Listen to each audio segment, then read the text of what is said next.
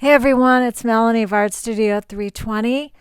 I have a vanity here that I am refinishing for my daughter. This is her Christmas present. She's crazy about it, which makes me so happy. It just needs some new life put into it. The top really needs to be refinished, so I'm going to do that very carefully. I'm very nervous about this because it is intended for someone I love. I really want this to come out beautifully. There are a few things that need some touch-ups, but overall, I'm going to give it a good cleaning, and hopefully I won't have to do a whole lot of sanding to any of this. That's the plan, because I'd rather not mess with all of the carving.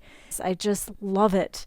And more importantly, my daughter loves it. Yeah, I think it's time to get started.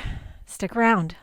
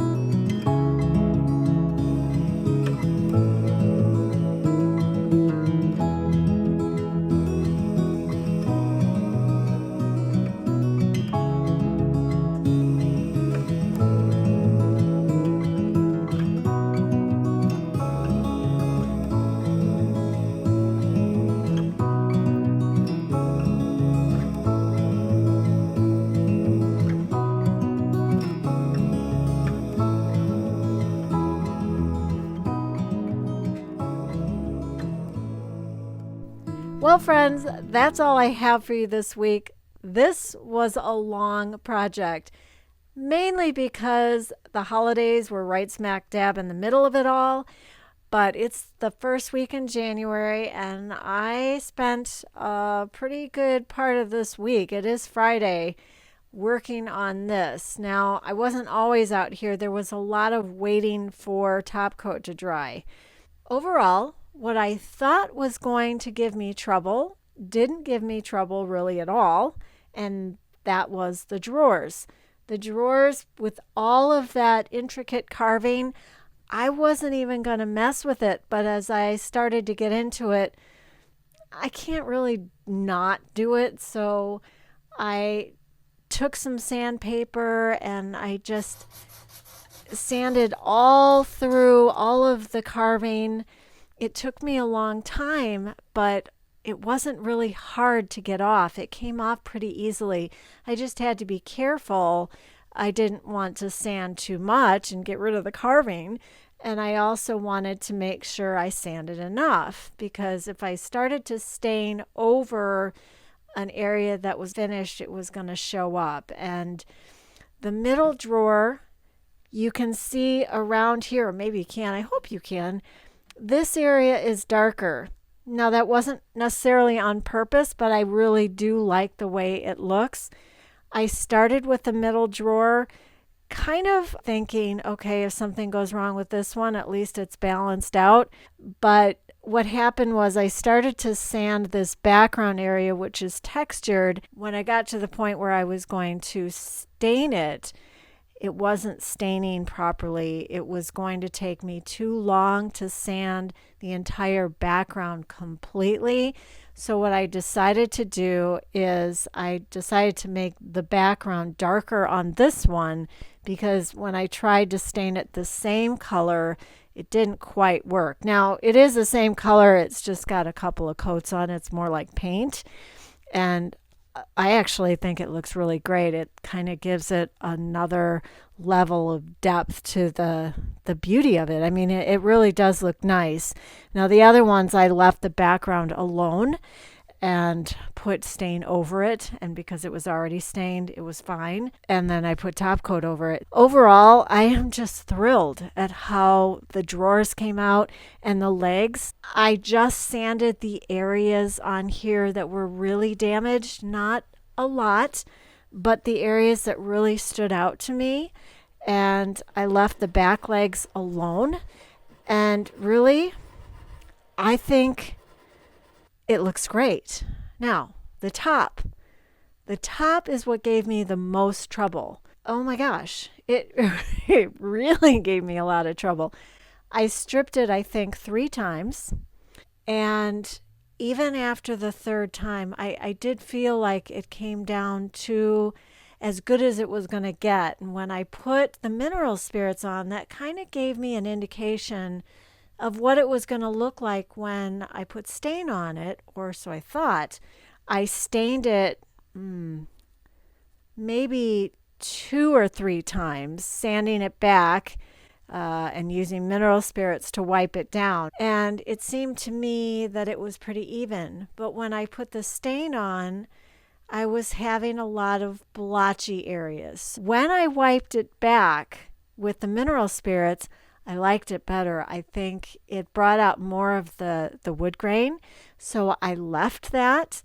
It has some highlights in it. Now, the top coat on here really gave me trouble. I started with utility brush, which kept leaving little pieces of the brush on it. The second thing, I used a purdy brush.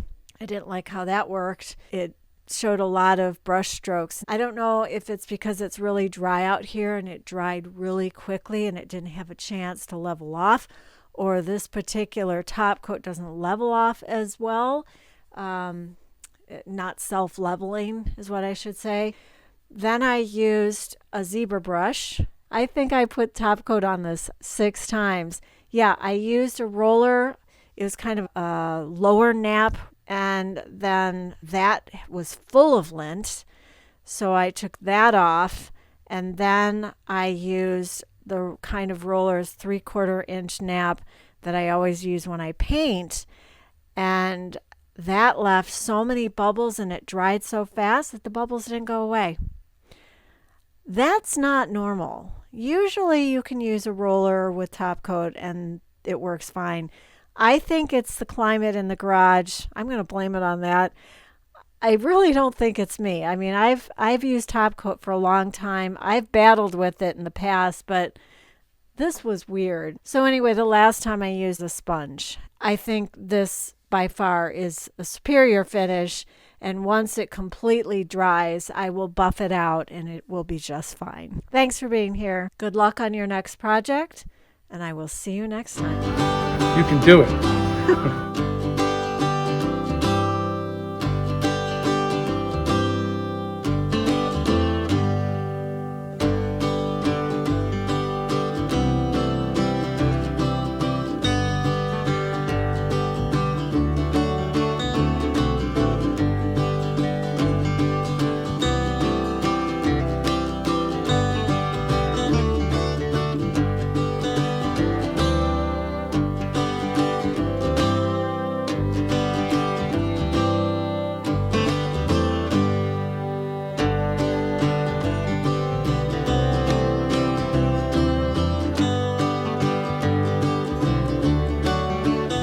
Hey, thanks for watching my video. You can find more videos just like this on my YouTube channel.